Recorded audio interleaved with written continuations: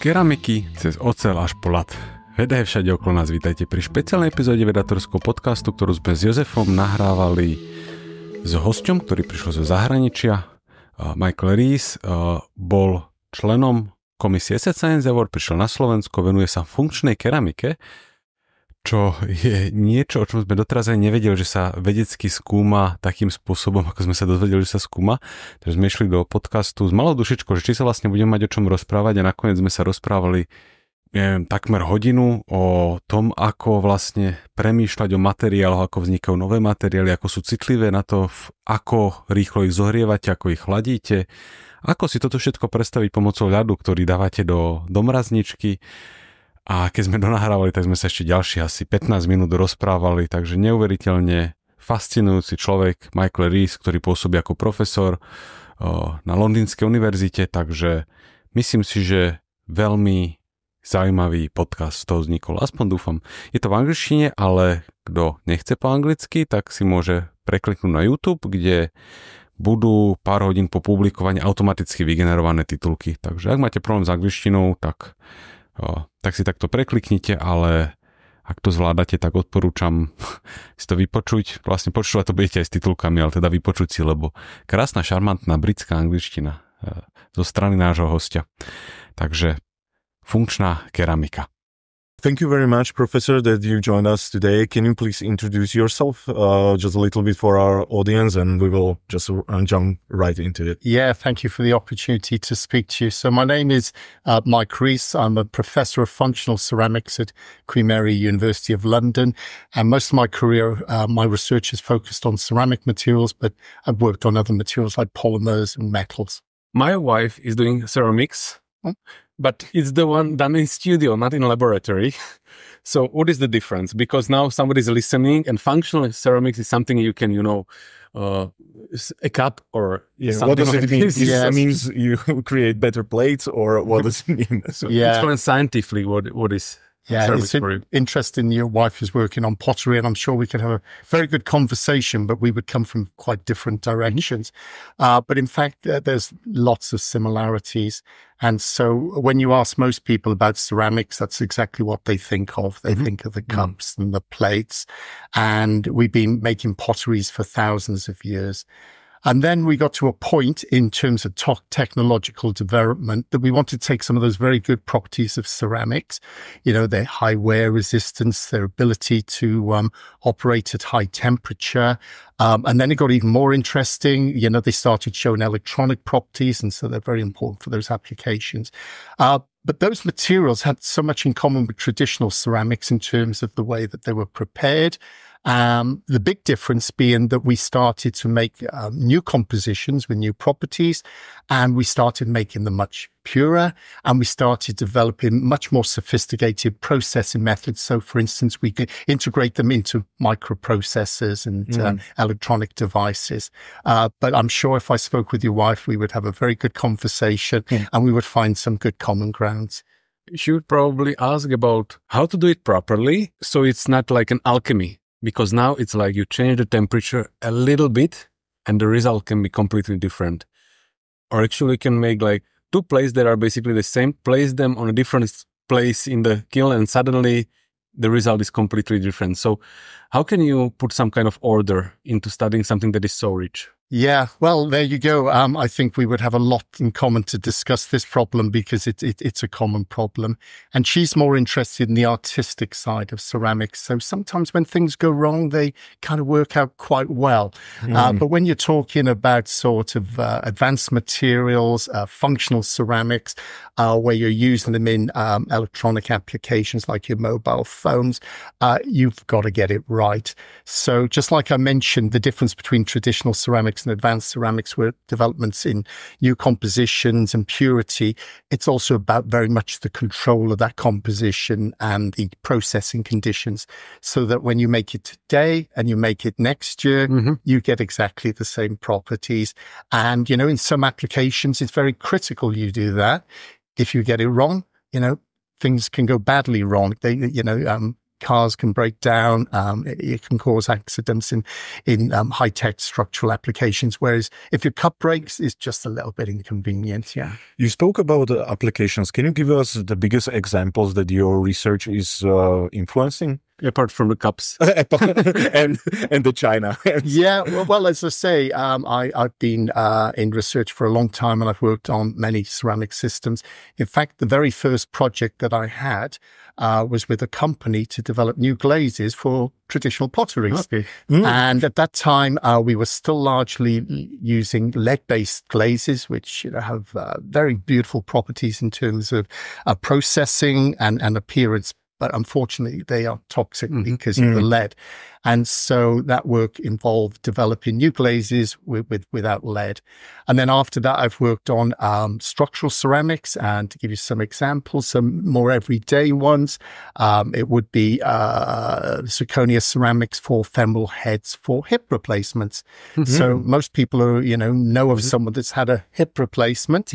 And almost certainly the material that they use in these days for part of that hip replacement, the femoral head, the round bit, the bit that rotates, is actually that is giving the stress to the bone. Yeah, it's carrying your weight. Yeah. So it has to be very smooth and very precise material, right? Yeah, exactly. It's very important that it has a high finish so that it moves very easily, of course, but also has to have sufficient strength. It also has to be compatible in some way with the body, at least bio-inert, so it doesn't cause any particular problems. And then increasingly now in dentistry, the same materials are being used for crowns and tooth replacements. And then you've got, as another example, I've worked a lot on functional ceramics, and you've got materials like piezoelectric ceramics, which are used in ultrasound for scanning fetuses in pregnant women, sonar for surveying the seabed.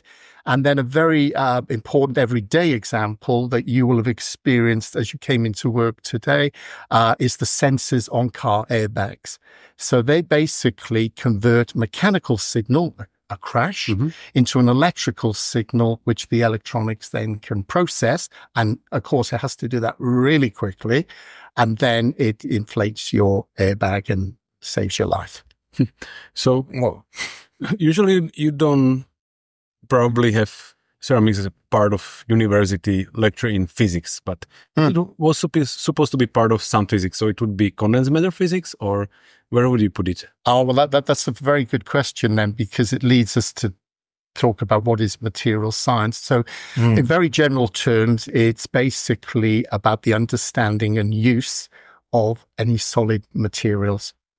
And by that, I mean, it could be geological materials like flints and obsidian that early man used for sharp cutting edges.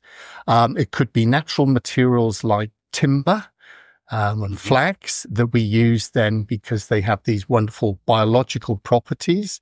It could be that we imitate these materials and we have biomimetics. And then, of course, we had the Industrial Revolution. And then with that, we had our metals came along, our alloys, and then subsequently polymers and so on. But to get back to your question about where does it fit in terms of discipline, it's a very interdisciplinary subject. So I'm surrounded by colleagues who are computer scientists, mathematicians, chemists increasingly, and physicists. And my background was actually physics. And so as part of my degree, I studied solid state physics. But ultimately, if we're going to use those materials like magnetic materials, ferrites at that time for recorder heads in videos, then we basically have to do the material science, which is to develop new materials, understand their properties. And importantly, in material science, a cornerstone is to understand the relationship between the microstructure, how those materials look at very high magnification, and the connection then with their particular properties, which are not just magnetic then, or it could be structural or some other properties. So is it something like you're studying non-conducting crystals, or is it more messy as a structure? Yeah, so what constitutes the ceramic? So it's basically any material that is polycrystalline. And so by that, we mean that it contains individual grains, and each of those is a crystalline material. And for that reason, there's a lot of connection between ceramics and geology, because many of the ceramics we're interested in, they have equivalents in geology. So a good example would be rubies and sapphires and corundum, which basically have the same structure as a very important ceramic that we use, which is called alumina. But the difference is that when you take these single crystal materials that nature has very beautifully produced, it's hard for us to reproduce them, and importantly, to manufacture useful things with them. Sometimes we do because they have very good properties in single crystal form, and we're willing to pay the extra money and the extra effort to get those very good properties. But to practically be able to use these advanced ceramics, we've got to have means of consistently processing them to make useful devices. And we can't melt them because these materials have very high melting temperatures. It's one of the useful properties of ceramics. So we can't, like a polymer, just melt it and extrude it and make complex shapes. So what we have to do is to work with powders. So we processed largely with powders. And we basically then consolidate those powders into useful shapes. And when we do that, quite often in typical processing, we have something that might have the consistency of chalk. So it's quite porous and you could break it very easily. But importantly... Not a very good Hebrew placement so far. No, it's not going to work so far. We need to do a bit more work on that. A little bit. But importantly, if we can make that powder, we can then, by various means, we can form a useful shape with it. And then what we do is a very important part of ceramics processing is sintering, where we go up to high temperature, but we don't have to go up now to the melting temperature, which could be more than 2000 degrees centigrade. We might be able to process it maybe just over 1000 degrees centigrade. And when we do that, then there is a driving force for these crystallites to get together and to remove the air spaces between them that make them porous and weak, and to densify them so that we get a dense material. So that powder that has the same structure as a mineral now forms this structure that is dense, but it has lots of little crystals in it, if you like. And now we have something that will be relatively strong and we can use. But a recent, very important development with ceramics is that they have many advantages with their properties. They have some disadvantages, but maybe I don't want to advertise them. But, you know, not so publicly. No, unless you ask me about it. But, you know, clearly they are being used and they are very useful. But to make ceramics, you need a lot of heat generally, as I've just mentioned. And that heat means that they have a lot of invested energy in them. You know, the cost is not just the price of the powders, it's the price of the heating. And of course, you know, if we're heating something up, we're using energy, and it might come from fossil fuels, and there's the corresponding production of carbon dioxide. So there's a great interest now to develop processes where we can achieve the densification that we need, but we can do it with much lower energy. So there is a topic now that is of great interest in the field called cold sintering. And interestingly, it brings us back then a bit to geology, because there are some processes in geology that are similar. So it's interesting how the two subjects always stay quite close to each other. You said about the properties, one of the properties beneficially, that it reduces heat, or it withstands heat very easily. Is ceramic used in space travel? Yeah, they are used in very many applications, and you can largely kind of split them between structural and functional kind of electronic ones. But when you ask about space, they will be used in the electronics. But I think you were thinking about more extreme environments. Yes, because heat shields. What's that? Heat shield. Exactly. So where there's a lot of interest in them is if you have hypersonic vehicles that are traveling at very high speeds, they basically experience friction even in the upper atmosphere where it's much thinner, the air. But at the speeds that they're traveling, there is a lot of friction with the air, and those leading edges get the hottest. And so as a consequence of that, then you need materials that can survive at those extreme temperatures. And in fact, they may ultimately limit the speed at which these can go. There are other materials that are used for heat shields. If you go back to the Apollo missions and the lunar module coming back to Earth, they used I think a mixture of polymers and maybe even some natural materials to create this a bloom. I'm trying to remember the name, but basically it produced a cloud which happened to then act as a shield for the heat that's generated. And of course, we have famously the shuttle tiles, which are made of a ceramic. That's my reference. I wanted to ask you about that. Yeah, in that particular case, they didn't use dense materials because they needed to have high thermal insulation. And the best way to do that is to have materials that can withstand high temperatures on the outside, but be very good at stopping the flow of heat into the spacecraft.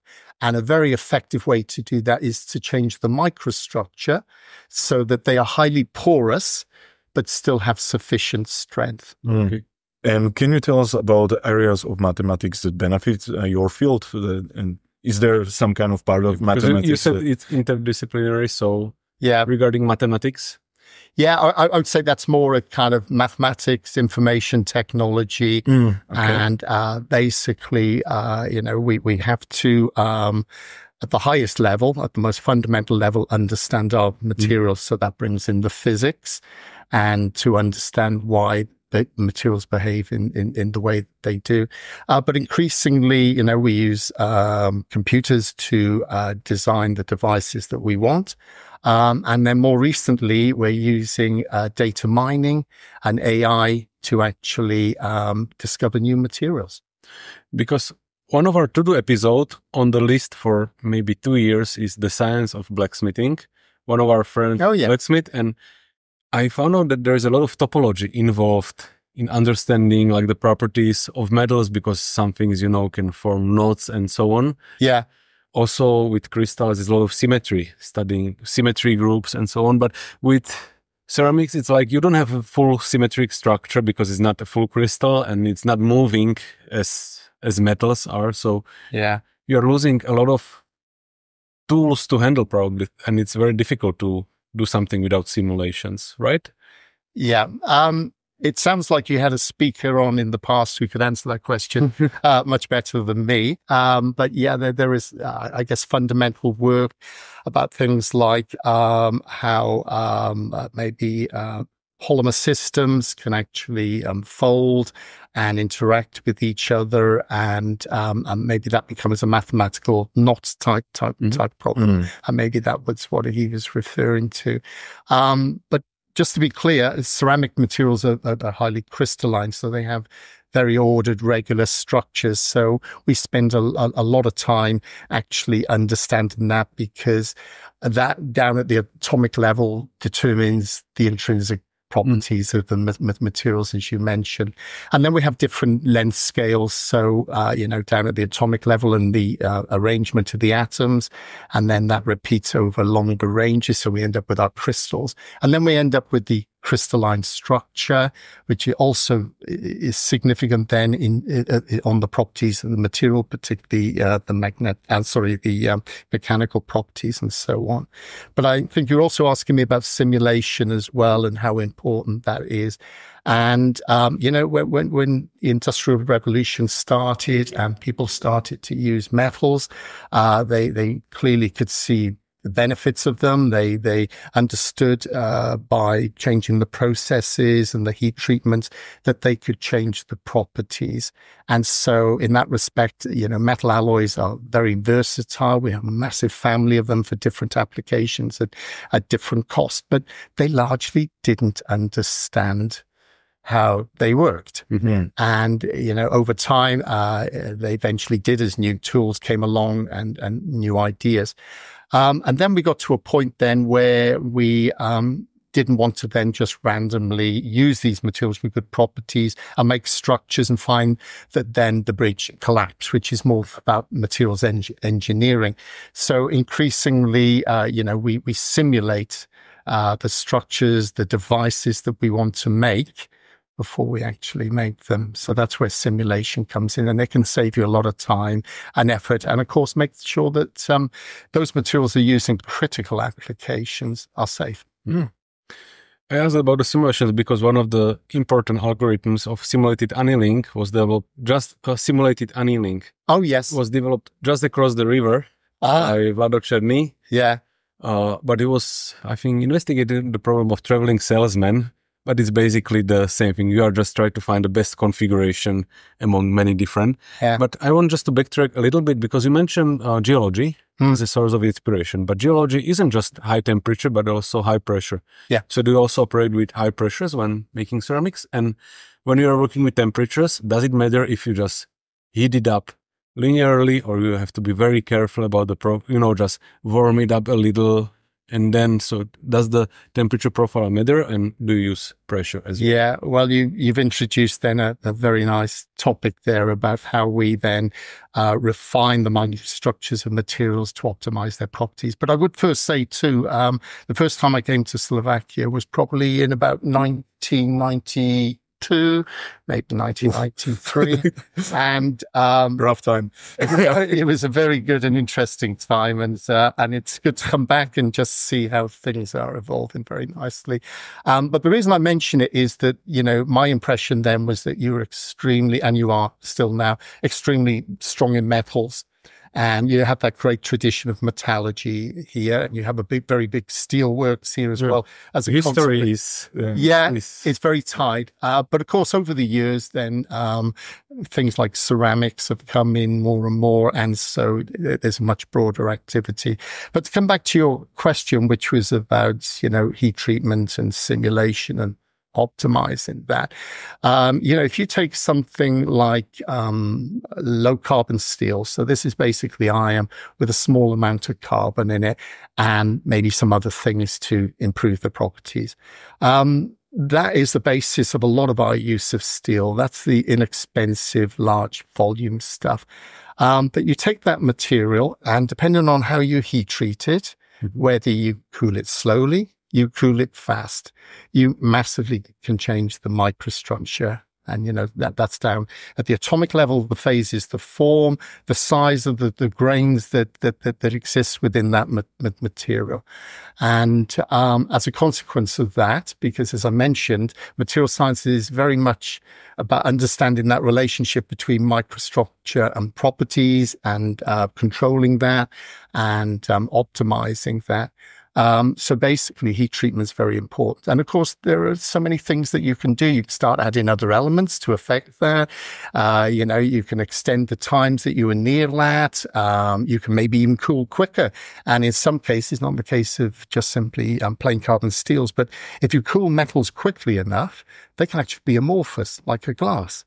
So heat treatment and the addition of additional elements gives us tools to significantly change the microstructure and properties of materials. And of course, there's a multitude of things you can do. So if there's any computing technology, any simulations that we can use, so we call it modeling, then we basically run the programs and we try to determine, understand from those programs and what we see in experiments, how it works. And then when we understand that, we're now in a position to optimize the properties according to whichever application you're interested in.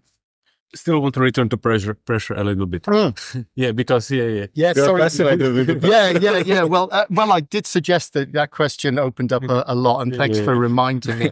So, as I say, if we can use, ceramics as the the example there and making the connection with geology. So I described earlier on very simply, the tradition of ceramics and, how we still largely use the same processes to make them. But increasingly, we're using them in different ways, and we want different microstructures and we want different properties. And so as a consequence of that, a whole host of techniques that I haven't got time to describe have come along. And, very significantly, those techniques that can put films down on surfaces. And they're not just one layer, they can put multiple layers on. And when you can do that, you can make devices. Yeah. And then coming back to your question then about pressure. Pressure is another means in which we can control the densification. So we quite often use low pressures, or I would say relatively low pressures to help that densification process. But when you're thinking on geological terms now, you are thinking of pressures in the Earth's mantle, and you are talking about pressures now that are 1,000 times and increasingly as you go deeper and deeper into the Earth. And as a consequence of that, then some interesting things can happen. And that's very much the domain of physicists who tend to work on these sort of problems, where they're interested in the phases that exist and the properties, and the geophysicists, of course, because if you want to understand the Earth that we are on and things like earthquakes, then you need to understand something about the materials, at that top layer, which transmits things like earthquakes. Yeah. And so there's a whole interesting topic of geophysics there, which I'm not an expert on, but I think is fascinating. And because of those high pressures, then you can basically make materials that you couldn't possibly make otherwise. And then closer to home, if you want to think about pressure, such high pressures, but ice is an interesting one. In some instances, and by the way, ice I see as a cold ceramic, because, the hydrogen's a bit like a metal, and it forms something that, can be crystalline, and it can form grains just like in a ceramic, but it just can be a ball. You can shape it so long as you don't go above its melting temperature.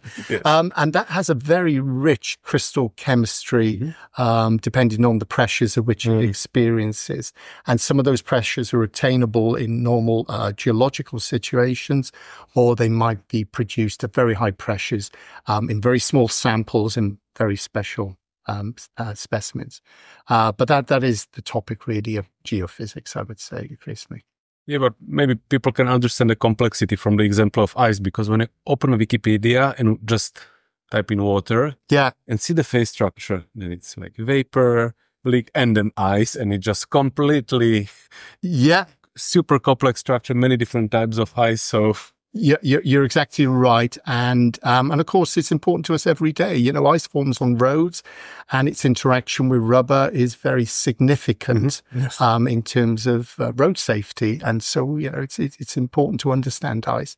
And I sometimes use it when I'm lecturing to undergraduate students about sintering as an everyday example of sintering. So, summertime comes and you need some ice cubes to cool your drinks down. You go and buy a bag of ice, and usually it's quite loose, or if it's not, you can drop it and the ice cubes break up.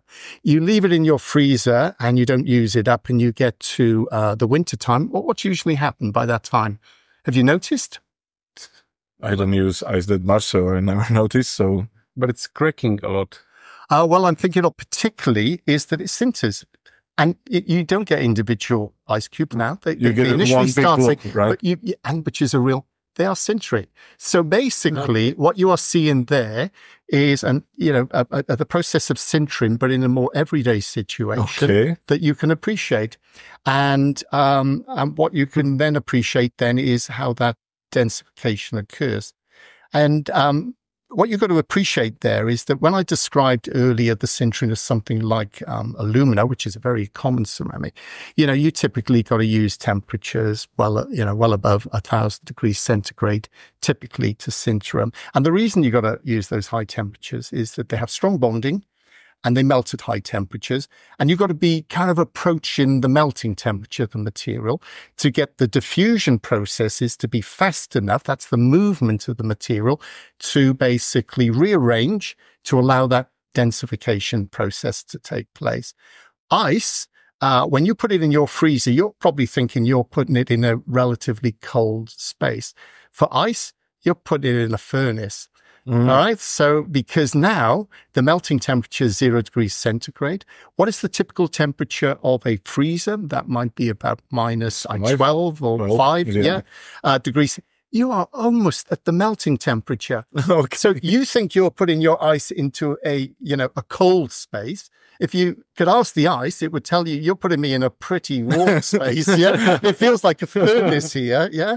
So, but that's a good analogy of the sintering process. Yeah, I think, yeah. We discussed simulations, but what about AI? Do you find it useful? Like instead of running the experiments, you can just say, this is my setting, this is my temperature profile. What will be the result? Or it's not there yet? Okay, you're thinking very much of using AI to optimize the process. Like AlphaFold, but for ceramics. Yeah. And there are people very much working in that space and basically taking the knowledge that we have now and then analyzing that and trying to optimize those processes, which is good and interesting. But I think much more interesting is the subject of materials discovery. And when I started my career, no one was thinking about AI and data mining, and it's all come along. And so it's not something I have expertise in. But what I can comment is that I'm surrounded by people, young people, who are now very much working in that field, and I can see the potential and the benefit for it. And in that time, we've increasingly developed more and more materials. We publish papers, and there's more and more information out there. And then we've also got ab initio calculations, these basically atomistic simulations developing useful data as well. So there's a lot of data out there, and now we have the computing and the artificial intelligence that allows us to go digging into that data. And, I've worked with, good young researchers that understand that and are capable of doing that. And I can see the power of that. So, at the very least, it takes large amounts of data and it sifts through it, and it helps you to identify interesting potential compositions. Sometimes identifying that actually there's something that looks like it might be it, but actually no one's actually looked at it. So in that respect, it can be very useful. And then, of course, you get to artificial intelligence, which I get the impression that people who even work in artificial intelligence don't know how quite it works. That's the first thing they say always. Yeah, but clearly, it has the potential, and we mustn't get carried away with the hype. But I do like the approach that I see some people are doing to test it. And so what they basically do is they look at all the data going back to a certain period in the past, and then they stop and they only let the AI look at the previous data. And then when it's gone through and chunted through that data and has come up with some interesting results, it compares those results with what has happened subsequently and can see whether the AI is actually smart and it can, spot things. It can spot the data. Humans have already spotted and possibly, of course. Are you watching the Nobel Prize ceremony? I haven't seen it this year, what's going on. I haven't had the option to be angry yet, because the Nobel Prize in Physics was awarded to artificial intelligence. Yeah. So my friend said that finally physicists know how usually chemists feel when the award is awarded to biologists. So now this will be happening to us. But it's, I think, slightly unfair that a lot of technology is progressed by means of understanding material physics, applied physics, and so on. And usually the Nobel Prizes are for, I appreciate it, but black holes, gravitational waves, and so on. Yeah. So do you think it should be more split, like 1 year experimental physics, 1 year theoretical, and back and forth, or it will be just AI from now on? Oh, I have no strong view on that. I think other people could take a view, but the very fact that AI has had such an impact and we are discussing the award, I think is good for science. Yeah, definitely, because it can draw young people to science. Yeah, and then you want to showcase like the entirety of science, not just some of the fields. Because, until recently, many people probably didn't know that you can, study ceramics scientifically, not just, making cups and so on. So maybe if there was a Nobel Prize every 10 years, 15 years for something like this, it will be very helpful. And there are some like blue LED lights, something very applicable and awarded Nobel Prize. Yeah, and certainly there's been physics, very fundamental physics that's been done in the past where they didn't know where it was going to go, and applications came up. So, in a sense, they're finding solutions. There's finding solutions, but they don't know what the problem is, and that's the nature of fundamental science. And all of that touches on material science because some of these discoveries have then a massive impact on the field. And a very good example is graphene, which, both has structural and it has electronic applications. Do you have a final question? Yes, a lot of young people go to sciences because of black holes, quantum physics, and so on. Do you have some message for them to study the more practical side of physics, or is it a problem to find young motivated people? You said you have young colleagues around you, but have you seen such a shift that they want to do something more flashy than the real application? I think no matter what you're talking about, if people are interested in any aspect of it, that's a positive thing. But I would say what's key is curiosity. It doesn't matter which subject we're talking about.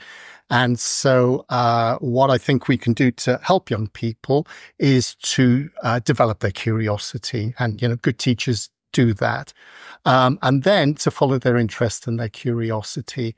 And that will lead you to exciting places that you might never have predicted and a career. So that's spoke like true educator. So my last question after this is, you said that we should get young people curious and interested. So imagine you met a genie and he will grant you one wish. You can ask him anything you like about ceramics and he will give you the answer. What would be your question? What is the big question you would like to know the answer to? And I'm limited to ceramics, is it? Yes. And one has to know what are the big questions to get young people inspired, because maybe they will be the genie finding the answer. You've limited me to ceramics, but I won't accept that. So I can think of a way. So I would say basically, how can ceramics address the problems that we have now? And that's about climate change, that's about CO2 emissions that are associated with that. That's about recycling and sustainability, all those challenges that we have. And it could be through using ceramics that we can better develop renewable energy technologies or energy storage technologies. And it's true of ceramics, it's true of all the other fields that basically they can help to make a contribution to that global challenge. So we should use this rich field to tackle the largest issue. Yeah. I see, right. Coming back to those young people, that they're at the start and they have their careers ahead of them. And you don't know where it's going to take you, but you might ask yourself the question, when I get to the end of my career, what would I like to achieve? And you might not be able to specify specifically what it is, but it might be in terms of, I want to make an impact in my country. I want to make an impact in the world. I want to shine a light on some fundamental problem in physics that I want to then share with the world. So, think in those terms and think big, I think is what I'm saying. I think this is a very good advice. When Kip Thorne was in Bratislava, he said, find the most difficult question you can find answer to. So nothing too overwhelming, nothing too easy, something in between. And after our career is over, you can say, I've done it. Exactly. So thank you very much for your time and thank you for talking with us. It was very interesting, and sorry to say, I never thought that we will talk about ceramics here. So you opened my eyes in this new field. So I wish you many luck in your research and in your personal life, and hope we will talk someday. Maybe next year. Maybe next year. Well, thank you very much for the opportunity and thank you for the very good questions. Thank you. Thank you. Bye.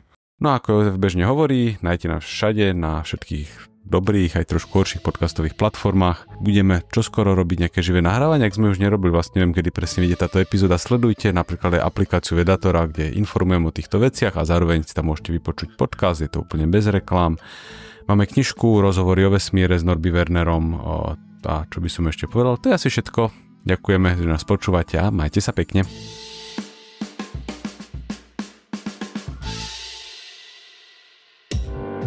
Osobnosti, politici, ekonómovia aj umelci. Jednoducho všetci, ktorí majú čo povedať alebo majú čo vysvetľovať. Som Zuzana Kovačič-Hanzelová a pozývam vás na diskusiu Rozhovory ZKH. Každý deň na Sme.sk, YouTube denníku Sme aj vo všetkých podcastových aplikáciách.